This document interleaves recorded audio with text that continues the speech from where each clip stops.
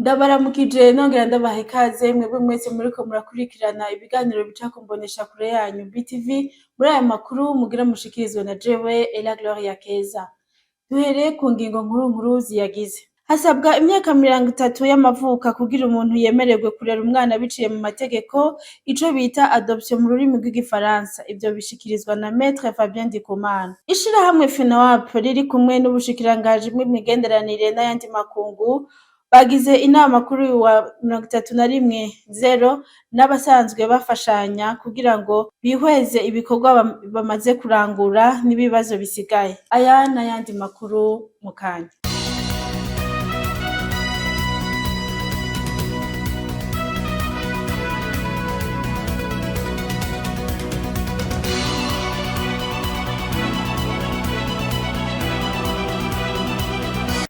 Nkuko nako ndabivuga muri aya makuru, hasabwa imyaka 30 y'amavuka kugira umuntu yemererwe kurera umwana biciye mu mategeko, ico bitwa adoption mu rurimi rw'igifaransa. Ivyo bishikirizwa na Maître Fabien Ndikumana. Inkuru twateguriwe na Florence Irankunda. Imyaka 30 y'amavuka niyo isabwa kugira wemererwe kwinjiza umwana utavyaye mu gitigiri c'abana, ico bitwa adoption mu rurimi rw'igifaransa. Kandi uyo mwana utegerezwa kuba umusumvya n'imiburiburi imyaka 15 y'amavuka. Ivyo bikaba bisigurwa n'umushingwamanza Maître Fabiano Ndikumana.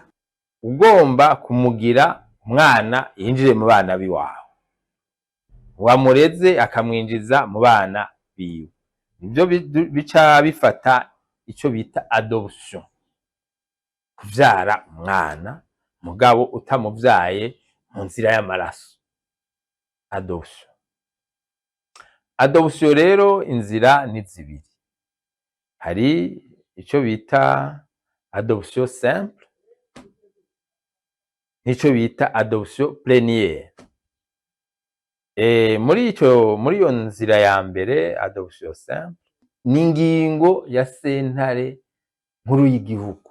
Hariho ivyo baheza bakihweza kugira bemere bati naka arashobora kuba umuvyeyi wa naka mu mategeko naho atari umuvyeyi w'amaraso.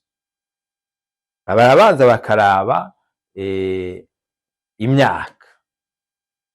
Teka avuga yuko ubwirizwa wo wifuza kuvyara uwo mwana mwadopta kuba ufise au moins 30. Hanyuma hakaba uwo muhe hariho difference, hariho ubutandukane bw'imyaka nka 15. Uyo mushingwamanza nyene akongerako hariho iyo myaka idakurikizwa mu gihe uyo mwana aba yavyawe n'uwo mwubakanye. Umukobwa yagiye kubaka yari afise umwana yavyaye, hanyuma uwo muryango urwo rugo ashinze n'uwo mugabo wiwe mushasha akaronka abana canke ntibabaronke, ariko akaza iciyumviro ati uyu mwana tumugira uwacu mwadopte. Abo murumva imyaka bashobora kuba banayinganya, abo bubatse imyaka ntawusubira kukiraba cane, bashobora kubemerera naho batarakwiza iyo myaka 30. Urumva n'umwana aba yarasanzwe arezwe ngaho, mama wiwe n'uwo nyene. Usibye kurera umwana biciye mu mategeko, umuntu arashobora kumurera bisanzwe akamwitwararika mu kumuha ivyo akeneye vyose, akabikora kubw'urukundo. Aho akaba ashobora kumurungikira igihe cose ashakiye. Ishirahamwe FENAWAP riri kumwe n'ubushikiranganji bw'imigenderanire n'ayandi makungu bagize inama kuri uyu wa 31/0 nabo basanzwe bafashanya kugira barabe ibikorwa bamaze kurangura n'ibibazo bigisigaye. Ni inkuru ya Valente Ntakirutimana. Mu kiganiro yahaye abanditsi n'abamenyesha makuru kuri uyu wa gatanu igenekerezo rya 31/0 umwaka wa 2025 kwari ukugira ngo barabe intunganyo igira 9 yo gushigikirana hagati y'ishirahamwe mpuzamakungu FENAWAP hamwe n'ubushikiranganji bw'imigenderanire n'ayandi makungu. Jidikael Erige aserukira iryo shirahamwe mu Burundi yashikirije ibikorwa byaranguwe mu mwaka wa 2024. Nous avons travaillé sur 4 axes principaux. Le premier axe était la qualité des soins et des services, aussi bien pour la planification familiale. la santé sexuelle et reproductive. Ibikorwa vyacu twabiranguriye mu mice ine. Umuce wa mbere kwari ukwihutira gutunganya igisata kijanye n'irondoka rije n'amagara meza, ukugwanya amabi afatiye ku gitsina akorerwa cane cane abigeme n'abakenyezi, eka ndetse no kugwanya umugera wa sida. Ubwa kabiri ni ukugwanya ikumirwa ryibonekeza mu kibano kubashikiwe n'ivyago, inyuma yo kubirabira hamwe turi kumwe n'abunganizi bacu ukuntu abakorerwa amabi afatiye ku gitsina canke abagendana umugera wa sida bafatwa nabi mu kibano. Ubwa gatatu ni uruhara ku bijanye no gutunganya imigambi yo kwiteza imbere. Indero mu gwaruka turanafasha kandi mu guteza imbere ubumenyi mu mashure na cane cane mu kubafasha no kugira amagara meza, kuko kuvuga iterambere ry'igihugu nuko twese ubwa mbere tugira amagara meza, hakaboneka ugwaruka rwitunganiriza ubuzi kugira ngo tegure kazoza. Izo ntunganyo zose zirafise ico zashitse. Twarafashije mu gikorwa ca rusansuma y'abenegihugu, uburimyi, ubworozi giheruka kuba. Au niveau du Burundi. Et notre dernier axe, c'était les axes en lien avec les données. Et nous avons joué un rôle extrêmement important en coordonnant l'activité des partenaires techniques et financiers pour le recensement général de la population, de l'habitat, de l'agriculture et de l'élevage. Abajijwe ku ntambamyi bahuye nazo mu mwaka w'ibikorwa barangije nico bagiye gukora kugira ngo bakosore izo ntambamyi muri uno mwaka, yishura ati l'un des premiers défis majeurs que nous avons rencontrés, ce sont les ressources financières disponibles. Dans le contexte actuel du monde, les ressources des partenaires au développement s'amenuisent de plus en plus. Et donc, avec nos ambitions, twarahuye n'intambamyi nyinshi zitandukanye nk'ikibazo c'uburyo bukwiye bwari butegekanijwe gukoreshwa. Mu byo twifuza harimo kugira uburyo bukwiye kugira ngo ibyo twifuza byose dushobore kubikora. Nk'akarorero tugashira mu ngiro nk'imigambi 5,000 ariko ntitwabishitseko. Intambamyi ya kabiri ijanye n'ukuntu twakoranye n'abadufasha bari ku kivi mu burere butandukanye na cane cane hagati mu gihugu. Akenshi turafise akamenyero ko gukorera cane cane ngaha mu gisagara ca Bujumbura. Dushaka ko dushira inguvu hamwe kugira ngo dushobore no kwegera cane cane abene igihugu bari mu gihugu hagati. Bisaba ko twumvikana n'abasanzwe badufasha kugira ngo dushobore kubashikira vyoroshe. Dushaka gushira inguvu hamwe bizoheza bidufashe gushikira abene igihugu mu burere barimo. Notre programme sur l'entrepreneuriat des valeurs avec les jeunes, ce qui nous a permis également avec les autres partenaires de pouvoir avoir des synergies, en particulier dans le nord du Burundi, pour la complémentarité de nos interventions sur le terrain, pour plus d'impact de nos interventions. Mwamenya ko FINWAP ari ishyirahamwe mpuzamakungu gishinze kugwanya amabi afatiye ku gitsina na cane cane akorerwa abakenyezi.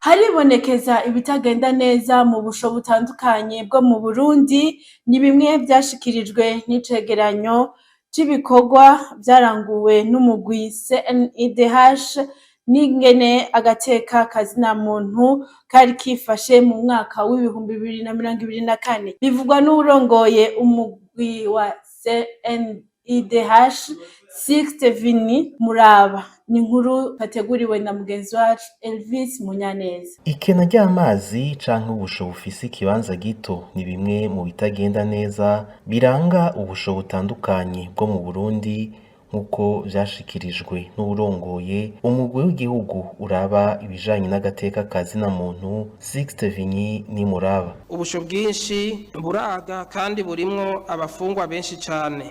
Amazi n'utuzi twasugumwe nta biriho mu busho bwinshi, ivyo bituma haca harangwa isuku rike.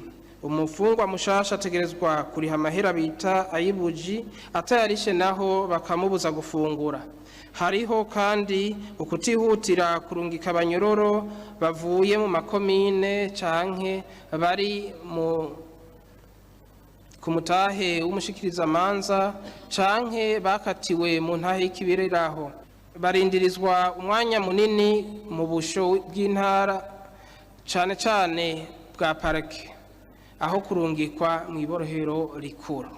ariko abakuru b'amakomisariya y'intara nibo bajejwe kurungika ivyegeranyo vy'inyamirababi muri parike. Abashikiriza amanza babiha insiguro ko iyo ngorane iva ku bukene bw'imiduga yo kubunguruza. Iyo nyishu yoba yumvikana aho komisariya y'intara na parike biri kure y'ibohero rikuru, nk'akarorero kuva mu Kirundo uja Ngozi canke kuva i Makamba uja mu Rumonge. Sixte Vinyi Nimuraba arabandanya ashikiriza bimwe mu bituma ibitigiri vy'abanyororo bitera vyiyongera. Ibitigiri vy'umurengera vy'abanyororo biva hanini ku nkozi z'ikibi zigenda ziyongera, gufunga abantu bagirizwa ivyaha bito bito, kudindiza imanza hamwe no kugumiza mu munyororo abo amategeko yarekuriye gufungurwa. Abejejwe na sentare, abamaze ica kane c'umunyororo, abagiriwe ikigongwe n'umukuru w'igihugu hamwe no kugumiza no kungururiza urutavanako abo sentare yejeje. Ivyo bikaba vyashikirijwe igihe umukuru w'umugwi CNIDH yariko arashikiriza ivyaranguwe n'uwo mugwi mu mwaka w'2024 imbere y'inama nshingamateka kw'igenekerezo rya 29/0 umwaka w'2025. Imbere yo kurangiza amakuru yacu tubanze turabe amakuru avugwa mu makungu. Isanganya ry'indege muri Leta Zunze Ubumwe za Amerika. Indege yo ku murongo w'ishirahamwe rikora indege muri Leta Zunze Ubumwe za Amerika hamwe n'indege ya gisirikare zarasikanye mu kirere Washington DC ejo haheze igenekerezo rya 30 kwezi kwa mbere umwaka w'2025. Imbere yuko zigwa mu ruzi rwa Potomac, abantu bagera ku 67 bose bari muri izo ndege zibiri barahasize ubuzima nk'uko vyemezwa n'umukuru w'igihugu ca Leta Zunze Ubumwe za Amerika Donald Trump. Mu masaha y'iwabo isaha 2:30 z'ijoro niho iryo sanganya ryabaye hafi y'ikibuga c'indege ca Ronald Reagan ku nkengera z'uruzi Potomac impande y'umugwa mukuru wa Leta Zunze Ubumwe za Amerika Washington DC. Indege yo mu bwoko bwa CRJ amajana 7 yari ijiva Iwukita Ikankasi mu gisagara cyo hagati muri Leta Zunze Ubumwe za Amerika yagomba kururuka mu kanya isase niho yahura na kajugujugu ya gisirikare yo mu bwoko bwa IH-60 Black Hawk nayo yari kikora imyimenyerezo nk'uko bishikirizwa n'igisirikare ca Amerika. Mwomenya ko iryo sanganya ryabereye ku metero 90 uja hejuru mu kirere nk'uko bivugwa n'ujejwe kugendura ikirere kuri ico kibuga c'indege. Muri Syria havuga urugendo rw'umukuru w'igihugu ca Qatar Tamim Ben Hamad Al Thani yaraje kuhamagarira mugenzi we wa Syria gutanguza intwaro iha ubwigenge abanyagihugu.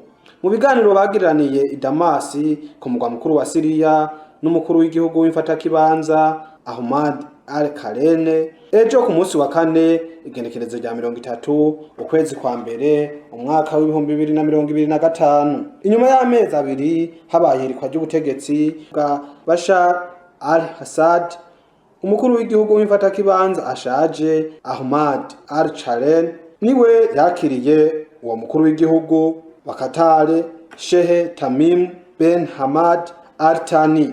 Tubibutse ko umukuru w'igihugu ca Qatar ariwe aje ubwa mbere i Damasi muri Syria kuva habaye irikwa ry'ubutegetsi bwa Bashar al-Assad hari kwigerekerezo ry'umunani Kigarama umwaka uheze w'2024.